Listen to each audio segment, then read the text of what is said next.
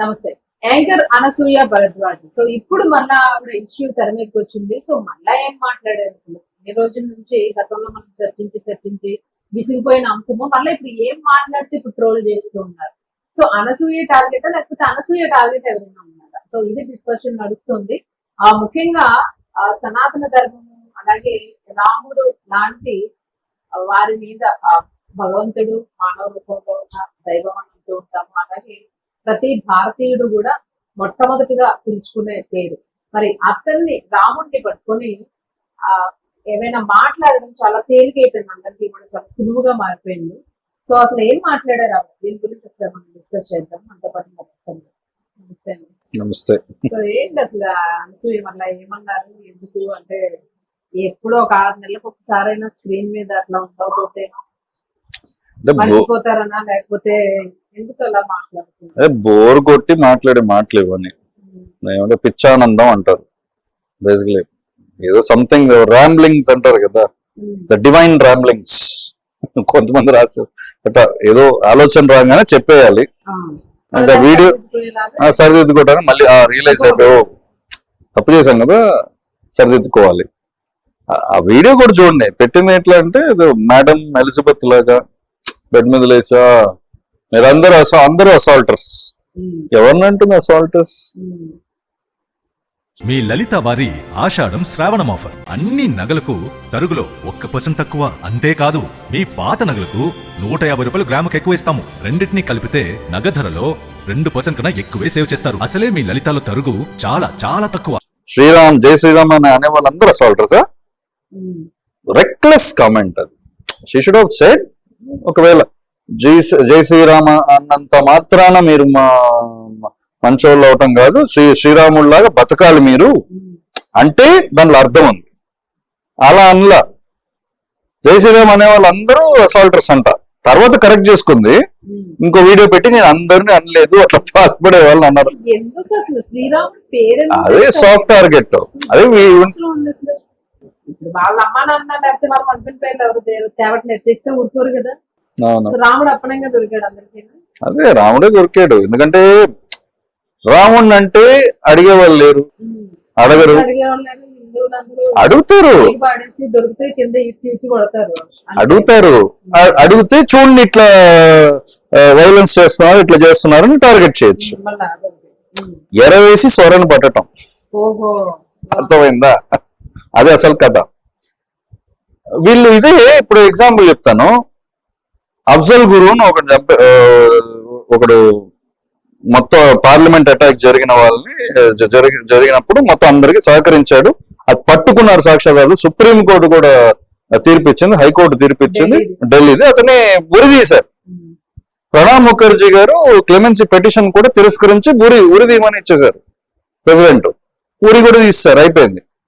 దాని గురించి అన్నారు ఇన్షా అల్లా అఫ్జల్ గురు జిందాబాద్ అని. అప్పుడు ఏమైపోయినాయి ఈ నోర్లు? అంటే అల్లా పేరు వాడే వాళ్ళందరూ అనే ధైర్యం ఉందా? ఇట్లా శ్రీరాముడి గురించి అంటానికి అంత రెక్లెస్. అది నిద్రలేసి ఇట్లా మాట్లాడడం ఏంటది అసలు? ఎక్కడ పోతుంది? You should have some ఎటిక్వెట్, basic ఎటిక్వెట్. రాముడు అన్నది బియాండ్ గాడ్ కన్నా కూడా దేవుడు పరిపూర్ణ అవతారం, సంపూర్ణ అవతారం శ్రీకృష్ణుడు. That's different. ఇది మొత్తం ఆయన అవతారం, 10 అవతారాల్లో ఒక అవతారం రాముడు. ఇది మేనిఫెస్టేషన్. మోర్ దెన్ దట్, ఇది Srirama Janmabhoomi. Rama is an emotion. ఇక్కడ ఒక ఎమోషన్. ఇప్పుడు దెబ్బ తగిలితే ఏదైనా ఒకటి వస్తే రామా అని అంటారు మెజారిటీ పాపులేషన్. ఆ ఎమోషన్ అదే టచ్. అదే ఎందుకు కావాలని పుండు మీద కావాలని గిల్లి జోలపట్టు ఎందుకు? అసలు ఈ అవసరమా? పనికొచ్చే మాటలు మాట్లాడచ్చు కదా. ఇప్పుడు వేరే విషయాలు చాలా ఉన్నాయి వాళ్ళ గురించి. ఇప్పుడు కాక్రోచ్ జనతా పార్టీ, ఈ వెధవలు, ఈ మొత్తం ఈ దేశం మీద ఈ పడగెత్తిన ఈ దొండగలు, వీళ్ళ గురించి ఎందుకు మాట్లాడు? Because your interest is different. ఎరవేసి సొరను పట్టాలి. ఎందుకంటే ఇప్పుడు మొత్తం అందరూ నడిచొచ్చి నేను తిట్టాలి. అందరూ తిట్టంగానే చేసుకొని నువ్వు పాపులర్ అవ్వాలి. నువ్వు పాపులర్ అవుతావు. మిగతా అందరూ తిట్టే వాళ్ళు అవుతారు, నువ్వు వచ్చేసి విక్టిమ్ అవుతావు. That is what you want. రాముడే దొరికాడా? మొన్నటి ఇష్యూతోనే అసలు ఏం చేసినా పట్టించుకోదలుచుకోలే, అసలు పక్క తీసి పడేశారు అందరూ. అందుకని ఇట్లా పక్కన పడేశారు ఏంటని మళ్ళా బుట్ట నుంచి లేసి వచ్చి మళ్ళా నేను బుట్ట బొమ్మను ఉన్నాను అన్నట్టు మళ్ళా See, మొన్న ఇప్పుడు శివాజీ కావాలని చేసే see, issues లాగా శివాజీ ఎపిసోడ్ వాజ్ డిఫరెంట్. అది సంథింగ్ అదే టోటలీ డిఫరెంట్. అది టోటలీ డిఫరెంట్. అది శివాజీ కూడా తప్పే. అది నేనే మాట్లాడాను. ఏదైనా కానివ్వండి, నేను మాట్లాడింది ఓపెన్ చెప్తాను. నేను శివాజీ మాట్లాడింది తప్పే అని నేను అన్నాను. కొన్ని దేశీ జస్టిఫైడ్ ఇన్ సర్టన్ థింగ్స్. అప్పటి వరకు. తర్వాత చూస్తే ఏంటి కథలు, ప్రతిదానికి ఒక కాంట్రవర్సీ, ప్రతిదానికి సుత్తా. ఆడుతున్నారు పిల్లలు చదువుల్లో స్కూల్ ఫీజులు కట్టలేక చదువు వాటి గురించి మాట్లాడాలి కదా. ఈ రోజు టెంపుల్ లో ఒక పూజారి 65 ఒక పాపని అబ్యూస్ చేస్తూ దొరికాడు లోపల గుడిలో. ఇలాంటివి ఇవి కదా మాట్లాడాలి. మేకప్ లో ఇవి కదా మాట్లాడాలి. ఫ్రీగా దొరికాడని రాముడి మీద మాట్లాడడం మీకేదో అది ఎంత ఎన్ని గుండెలు ఉండాలి అసలు రాముడి గురించి మాట్లాడటానికి. ఆవిడ కౌంటర్ ఒకటే చెప్తారు. ఇంకా ఆవిడ ఆ పుష్ప సినిమాలో రోల్ చేస్తుంది కదా దాక్షాయణి అని, మంగళం సీను భార్య దాక్షాయణి. ఆ దాక్షాయణి రోల్ నుంచి ఇంకా బయటికి రాలేదనుకుంటా. ఆ తమలపాకు వేసుకుంటూ ఎప్పుడు చూసినా ఏదో కెలకాలి ఆ టైప్ లో ఇప్పుడు కనపడుతుంది. నాకు అదే అనిపిస్తుంది. ఆ క్యారెక్టర్ నుంచి బయటికి రాలా. ఇంకా అదే క్యారెక్టర్ నిద్రలేసి ఏదో కాఫీ తను ప్రజలకి ఏదో సందేశం ఇస్తున్నట్టు ఎలిజబెత్ మహారాణి అలా సందేశం ఇచ్చి, ఏం సందేశం అది? ఏదో పనికొచ్చే సందేశం, నయా పైసాకి పనికిరాని సందేశం అది. రాముడే దొరికాడా? ఇంకా నేను కౌంటర్ చెప్పాలంటే ఒకటి చెప్తాను. రాముడు ఉచ్చారణ చాలా గొప్ప ఉచ్చారణ. ఆయన రూపంగానే చెప్తాను, మన శ్లోకమే చెప్తాను. శ్రీరామ రామ రామేతి రమే రమే రామే మనోరమే కదా, సహస్రనామే తత్తుల్యం రామనామ వరానని కదా. అర్థం ఏంటి? రామనామం ఉచ్చారణే మిమ్మల్ని ప్యూరిఫై చేసేస్తుంది. మీ సంకల్పాలన్నీ చెడు సంకల్పాలన్నీ మార్చేస్తుంది. మంచి దారి వైపే తీసుకెళ్తాం మిమ్మల్ని. అది రామన. సో అప్పుడు రామాయణం రాసిన వాల్మీకి ఎవరు? దొంగతనం చేసుకునే ఆ వ్యక్తి, ఆ దొంగతనం చేసేవాడు ఆ వ్యక్తి రాముడు పేరు కూడా, అది కూడా రివర్స్ లో ఉచ్చారణ. మరా మరా మరా మరా అన్నట్టు రామ రామ వచ్చిన తర్వాత ఏకంగా మన ఇవాళ చదువుకుంటున్న రామాయణాన్ని రచించిన ఒక గొప్ప ఇప్పటికీ చిరస్థాయిగా మిగిలిపోయిన పేరు అయింది. వాల్మీకి ఋషి అయ్యాడు. అది రామనామం కదా. సో ఆ రామనామం వాడి ఈ దుండగులే కావని, కొంతమంది దుండగులు కూడా ఉన్నారు. అందరూ పర్ఫెక్ట్ అనట్లేదు నేను, కొంతమంది ఉంటారు కాదంటలేదు. ఆ కొంతమంది కూడా మారిపోతారు. వాళ్ళ వల్ల సమాజానికి ఏ నష్టం లేదు. ఏదో కొంతమంది ఫాల్స్ ఇంటెన్షన్స్ చేసే వాళ్ళు కూడా ఎక్కువ రోజు దాంట్లో కొనసాగలేరు, బయటకు వచ్చేస్తారు.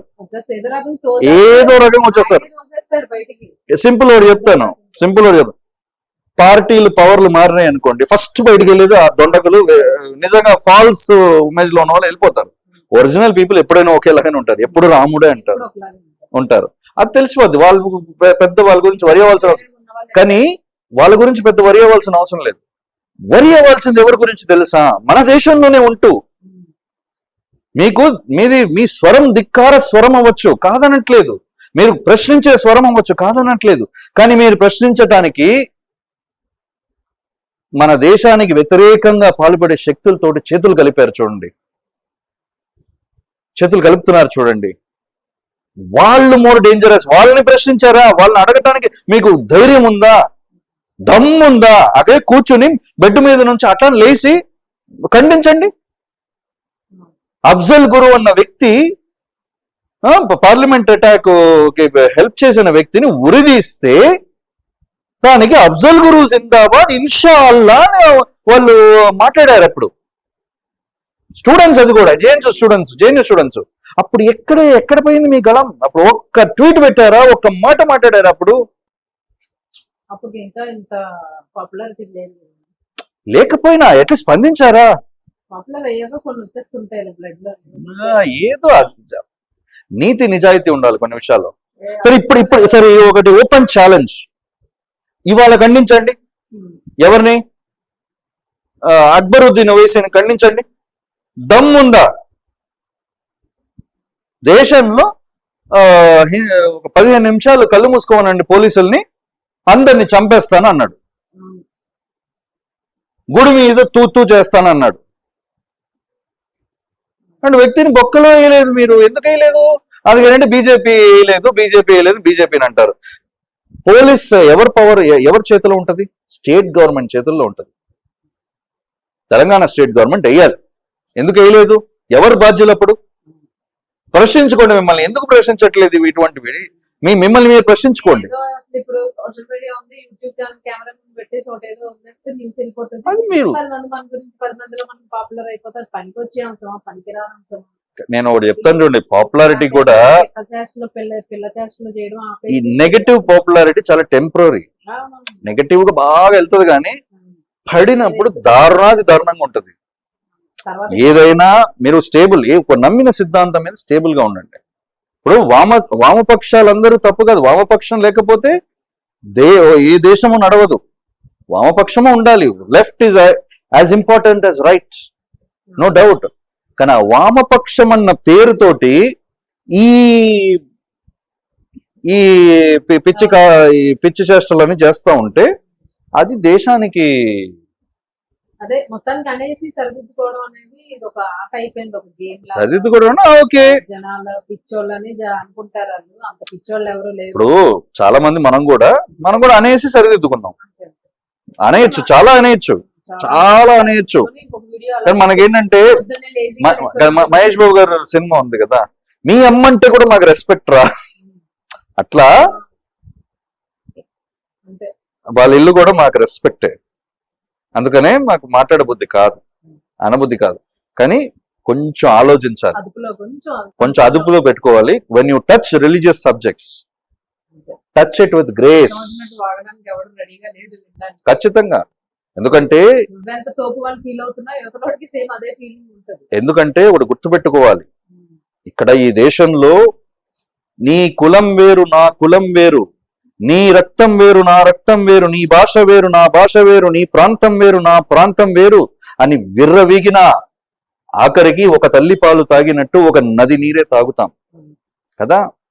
ఈ దేశంలో నీ గ్రంథం వేరు నా గ్రంథం వేరు, నీ మార్గం వేరు నా మార్గం వేరు, నీ మతం వేరు నా మతం వేరు, నీ దేవుడు వేరు నా దేవుడు వేరు అని నువ్వు ఎంత విర్రవీగినా ఆఖరికి ఈ నేలపైనే ప్రతి దేవుడికి మనం గుడి కడతాం. అది మన భారతదేశం.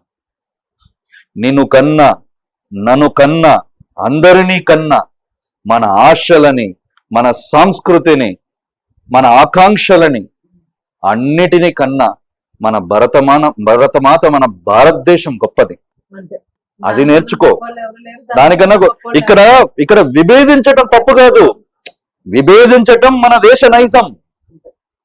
ఇక్కడ ధిక్కార స్వరము ఉంటది, రవికార గళము ఉంటది. అన్ని గళాలు పలుకుతాయి. ఈ ఫ్రిక్షన్ తోటే, ఈ గళాలు పోట్లాట మీదే, ఈ విభేద భావజాలతోటే మన జాతి మనుగడ నడుస్తుంది, కాదనట్లేదు. కానీ ఇక్కడ ఒకరినొకరిని మర్యాదించుకోవడం నేర్చుకో.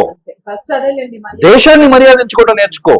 దేశాన్ని వ్యతిరేకించి నువ్వు ఎంత దూరము పయనించలేవు. ఎందుకంటే దేశాన్ని వ్యతిరేకిస్తే నిన్ను నువ్వు వ్యతిరేకించుకుంటున్నావు, నీ మూలాల్ని వ్యతిరేకించుకుంటున్నావు, నిన్ను నువ్వే వ్యతిరేకించుకుంటున్నావు.